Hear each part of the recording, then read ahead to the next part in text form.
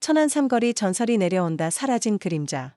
천안 삼거리는 낮에는 평범한 교차로였다.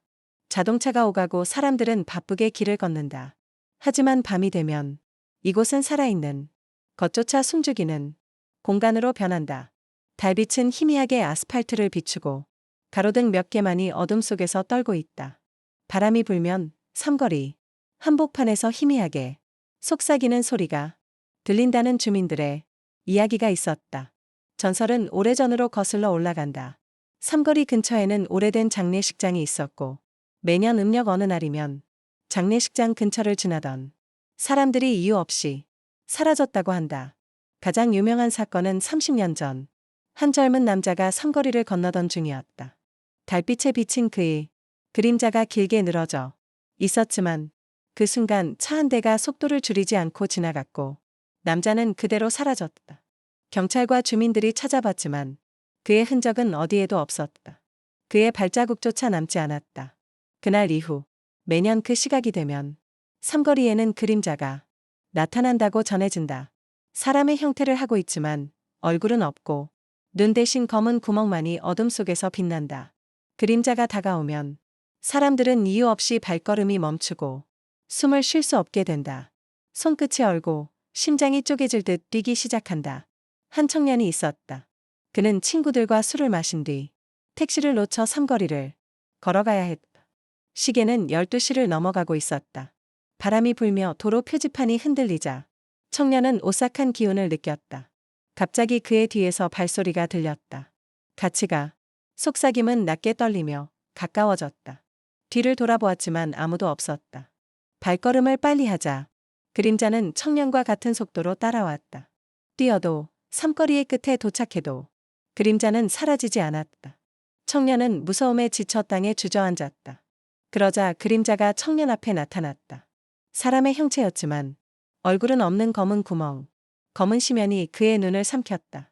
그림자가 손을 뻗자 청년은 순간적으로 자신의 몸이 얼어붙는 느낌을 받았다. 공포가 몸을 타고 흐르고 머릿속에서는 끊임없이 속삭임이 반복됐다. 같이 가? 같이 가야 해. 그 순간 청년은 정신을 잃고 쓰러졌다. 눈을 떴을 때 그는 이미 자신의 집 침대 위였다.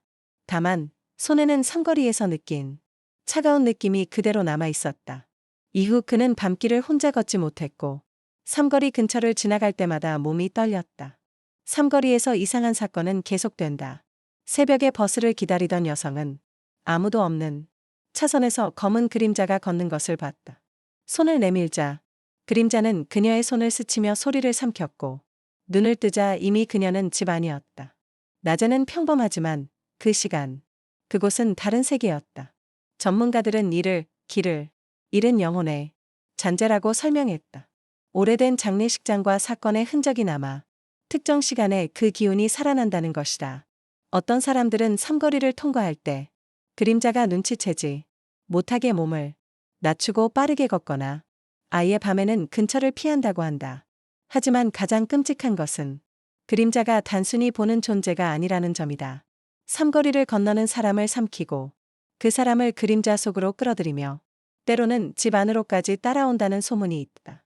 일부 주민들은 삼거리 근처에서 살아남은 사람들이 집에서 그림자를 마주쳤다고 증언한다. 침대 밑에서, 거울 속에서, 벽에 드리운 자신의 그림자 속에서. 나연아, 그림자는 한 번 보면 결코 잊히지 않는다.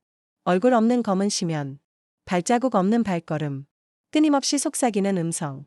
삼거리를 지나간 사람들은 종종 꿈속에서도 그림자를 본다고 했다. 달빛 아래 길게 늘어진 그림자가 자신을 부르는 소리. 같이 가. 오늘도 삼거리에는 낮과 다른 밤이 찾아온다. 주민들은 가급적 12시 이후에는 삼거리를 피해 다닌다. 그러나 일부 모험심 강한 사람들은 그 검은 그림자를 찾아가려고 한다. 그들은 결코 돌아오지 않는다. 천안 삼거리, 낮에는 평범한 교차로. 하지만 밤이 되면 그림자가 길을 삼키는 곳.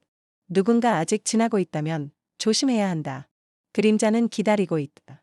그리고 한번 눈을 마주치면 당신도 같이 가야 할지도 모른다. 구독해주셔서 감사합니다.